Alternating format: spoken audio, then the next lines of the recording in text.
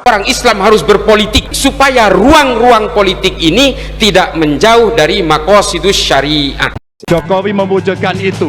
Infrastruktur yang hebat, IKN yang tidak hanya memindahkan tempat dan ibu kota, tapi membuka mindset, merubah mindset untuk menjadi negara maju.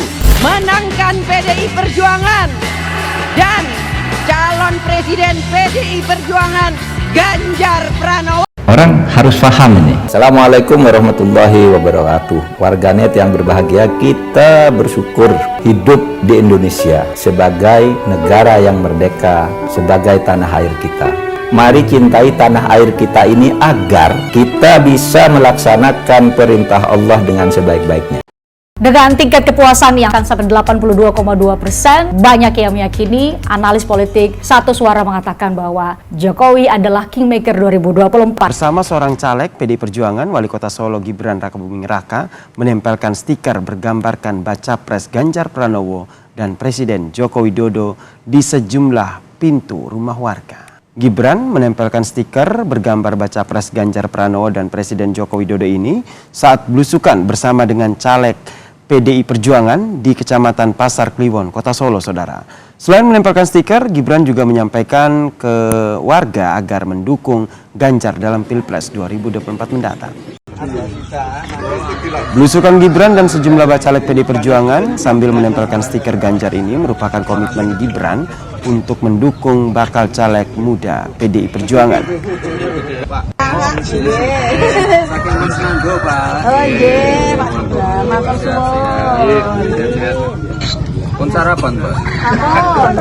Juga kita juga ada instruksi dari partai, Mas, yaitu untuk memasang stiker dari Ganjar Pranowo Presiden 2024 sebagai support moral kita sebagai kader PDI Perjuangan. Ini merupakan bentuk dukungan juga ya Mas dari Mas Wali untuk caleg-caleg muda potensial gitu. Ya, kemarin waktu pembicaraan di KPU, kita ketemu di KPU, Mas Wali juga support, juga akan mendukung caleg-caleg muda seperti itu. Yang mungkin ini adalah salah satu cara Mas Wali untuk mensupport kita. Wali Kota Solo Gibran Rakabuming Raka menempelkan stiker bergambarkan baca pres Ganjar Pranowo dan Presiden Joko Widodo di sejumlah pintu rumah warga. Apakah ini sebuah penegasan begitu dari Gibran bahwa sudah bulat mendukung Ganjar untuk Pilpres 2024? Kita ulas bersama dengan Direktur Eksekutif Carta Politika Indonesia sekaligus pengamat politik Yunarto Wijaya. Mas Toto, ini kayaknya hanya selang beberapa hari nih. Sebelumnya satu mobil dengan Prabowo, kemudian ini ada video Gibran yang menempelkan stiker baca pres Ganjar dan juga Presiden Joko Widodo. Apakah ini sebuah penegasan bahwa saya sudah bulat nih mendukung Ganjar atau seperti apa? Senyum Anda nih nampaknya memaknai banyak hal nih. Ya, karena kita kan sudah berulang-ulang ya diperlihatkan positioning Gibran yang berbeda. Sampai tanggal 14 Februari dengan catatan Gibran tidak menjadi calon kertas suara ya, misalnya cawapres. Menurut saya memang Gibran akan menunjukkan posisi ya, dalam tanda kutip sama seperti seorang Jokowi. Di satu sisi sudah pasti dia akan memberikan dorongan dan endorse kepada Mas Ganjar. Selain karena PDI Perjuangan memang sudah ada kedekatan, endorsement dari tahun lalu dilakukan. Tapi dalam konteks untuk menjaga stabilitas politik, dia juga pasti harus menunjukkan adanya dukungan terhadap calon lain yang masih menjadi bagian dari koalisi Presiden Jokowi. Ini langkah politik dari Gibran seperti ini apakah tidak berbahaya dalam tanda kutip, mengingat nanti khawatirnya PDIP akan merespons begitu? Ya, saya pikir PDI Perjuangan sudah mengerti ya positioning seorang Jokowi dan kadang-kadang harus diambil perannya oleh seorang Gibran. Selain kemudian dalam konteks sebagai kader, tapi juga harus kemudian menjaga stabilitas politik dengan menjaga kondusivitas partai-partai koalisi pendukungnya. Pak Prabowo itu kan bagian dari koalisi pendukungnya. Itu yang menyebabkan kenapa sulit posisi seorang Jokowi untuk menunjukkan keberpihakan hanya kepada satu calon. Karena resikonya otomatis akan membuat pecah barisan koalisi. Akan ada partai-partai yang merasa kemudian misalnya presiden tidak ada dalam posisi yang kemudian netral terhadap partai-partai lain. Caranya untuk bersikap netral itu bisa dua. Satu dengan cara tidak mengendorse siapapun, tapi satu lagi dengan cara mengendorse pihak-pihak di bagian pendukung koalisinya yang akan maju. Itu seperti ya alternatif kedua itu yang sedang dilakukan oleh Pak Jokowi dengan menunjukkan endorsement baik kepada Ganjar ataupun Prabowo. Dan itu yang dilakukan juga oleh anaknya, Gibran Rakabuming Raka ini. Perannya mau tidak mau pada level teknis harus dimainkan juga oleh Gibran. Karena beban seorang Jokowi kalau memainkan peran itu menurut saya pada akhirnya bisa menjadi jelek. Kalau kita lihat kan terlalu seringnya Jokowi berbicara mengenai politik praktis 2024 juga akhirnya menimbulkan banyak kritik ya. Sehingga terkesan tidak banyak bekerja, malah fokusnya pada cawe-cawe terkait dengan 2024. Itu yang menyebabkan pada akhirnya Gibran seringkali mengambil peran gimmick-gimmick seperti itu. Kemudian ini apakah juga bisa dikaitkan dengan isu ataupun yang sempat disampaikan oleh PD Perjuangan kemarin bahwa Gibran ini juga bisa menjadi salah satu kandidat kuat untuk disandingkan dengan Ganjar Pranowo? Saya sih tidak melihat sejauh itu ya. Kalau itu menurut saya kepiawaian berpolitik dari seorang Mbak Puan. Ketika kemudian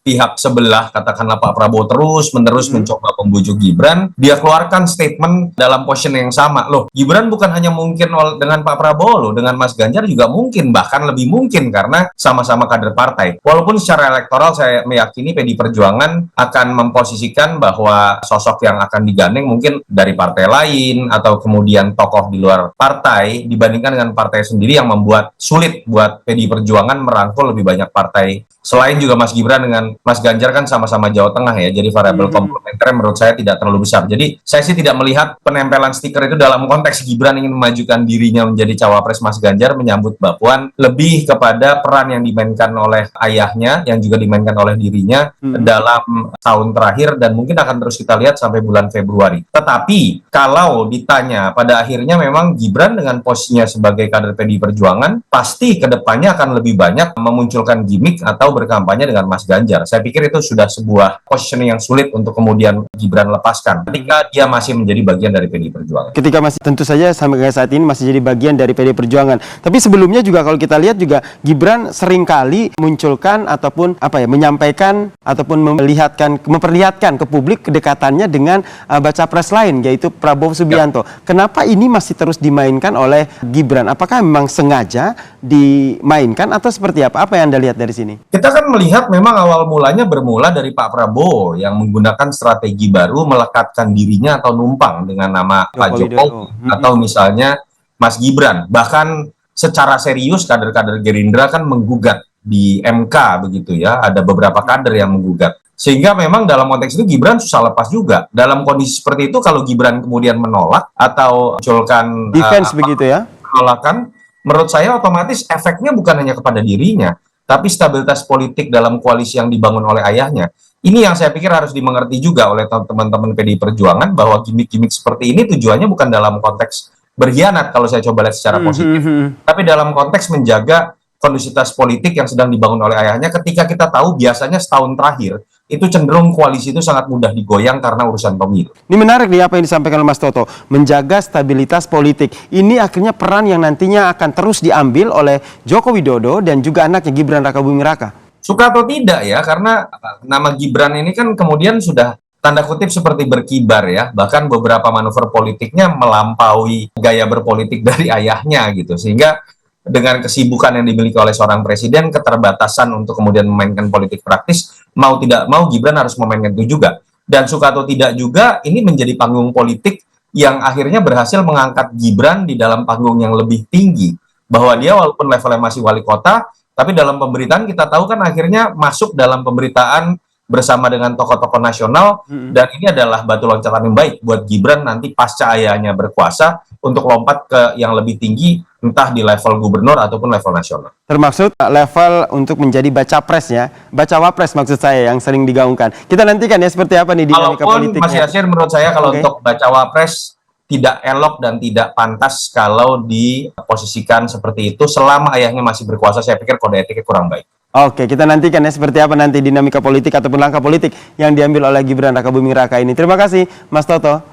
Sederhananya Abang pindah ke Pak Prabowo tidak berpengaruh untuk PDIP, belum tentu bisa menarik suara, bagaimana? Pertama, saya harus sedikit bantah Mbak ya tadi bahwa seolah pindah atau dukungan saya ke Pak Prabowo itu karena lihat elektoral. Tidak. Bahkan sebelum Pak Ganjar dicalonkan resmi, saya pernah beberapa kali bicara diundang di forum partai, salah satunya Rekernas, dan ada beberapa forum yang lain. saya sering mengutip pidato Ibu Megawati tatkala beliau mendapatkan gelar guru besar dari Universitas Pertahanan tentang penting dan perlunya kepemimpinan strategik. Ada dijelaskan dalam teks pidato Bu Megawati waktu itu. Saya ini adalah orang yang sangat menghargai narasi politik, apalagi pendapat ketua umum. Saya hayati, saya internalisasi apa yang disampaikan oleh pidato Ibu Megawati selalu sewaktu mendapatkan gelar guru besar itu. Saya merasa bahwa ada kebenaran di sana. Ada kebenaran yang menurut saya sangat strategis, dan itu menurut saya setiap anggota PDI Perjuangan tidak boleh berkompromi di situ. Dan pada akhirnya seleksi kepemimpinan dari partai terutama, yang saya tahu ajaran-ajaran Bung Karno juga seperti itu, perlu ke arah sana. Dan saya kemudian diberi kesempatan juga untuk menyampaikan beberapa gagasan, tentu saja dengan pembicara-pembicara lain tentang kepemimpinan strategik, tentang geopolitik. Nah ini kebetulan Bang Andre ini rekan saya lama, suka diskusi. Beliau ini doktor ilmu hubungan internasional. Bahkan sebenarnya secara akademis beliau lebih paham apa yang sekarang terjadi untuk Indonesia, untuk di dunia. Dan beliau pernah mengenalkan pada saya istilah intermestic, international politics dan domestic politics. Kaitan antara politik internasional, politik domestik, yang menurut saya kita butuh kepemimpinan strategik, bukan kepemimpinan populis. Kepemimpinan populis itu dibutuhkan di Indonesia 2014. Kita butuh kepemimpinan populis 2014 karena kepemimpinannya sebelumnya elitis. Kita butuh pemimpin yang cara berkomunikasi. Jangan dipotong dulu. Ini penting Mbak nih, karena saya bukan cuma satu partai dengan Bang Andre itu juga, tapi satu mazhab dalam akademis ya. Jadi kepemimpinan populis memang dibutuhkan 2014. Tapi pada periode kedua Pak Jokowi mulai beranjak menjadi kepemimpinan yang strategik. Dia mulai bicara soal global, dia bicara soal perdamaian, dia bicara hilirisasi, dia bicara apapun, Freeport segala macam. Artinya apa? Pada periode kedua kepemimpinan strategik. Bu Mega pernah ngomong kayak gitu. Pak Jokowi sudah kepemimpinan strategik. Ketika dilanjutkan ke kepemimpinan populis, menurut saya itu kemunduran. Dan saya adalah orang yang dulu, jangan sampai sekarang dan masih ke depan, saya merasa percaya pada namanya panggilan sejarah, historical call. Satu bangsa, satu kelompok, atau satu individu yang membalik hukum sejarah itu akan mandek, akan kalah. Baik. Menurut saya kepemimpinan strategik yang dimulai pada periode kedua Pak Jokowi harus dilanjutkan. Tidak ke populisme. Sebaik dan sebenar apapun populisme. Populisme itu juga baik, tapi kebaikan itu ada masanya. Kalau kebaikan udah lewat tanggal kadaluarsa, dia menjadi kejahatan, dia menjadi keburukan. Atas semata-mata atas itu, nggak ada tadi misalnya jabatan, nggak ada. Saya tidak berbicara jabatan sama sekali dengan Pak Prabowo, juga tidak bicara soal transaksi, tidak. Bung Andreas tahu bagaimana saya menjalani lifestyle saya, biasa-biasa saja gitu ya. Artinya, saya adalah orang yang dari dulu percaya pada namanya melawannya, itu bukan cuma kalah secara elektoral. Kalau cuma kalah secara elektoral Bang Andre, kita bisa menebusnya 5 tahun ke depan. Atau kalah secara elektoral dalam pileg dan pilpres di Februari, kita bisa menebusnya dalam pilkada di bulan Oktober atau November di 2024. Kalau sekedar elektoral, tapi ini masalah bukan kekalahan elektoral, ini kekalahan historical ini. Satu generasi, satu kesempatan bisa hilang. Dan bagi saya itu lebih dari cukup untuk mengatakan bahwa saya ada orang kader partai, tapi saya bersoekarnoisme, bermarhainisme, itu saya pupuk sejak saya SMP. Jika ada tindakan administratif yang itu harus saya hormati, ya nggak apa-apa.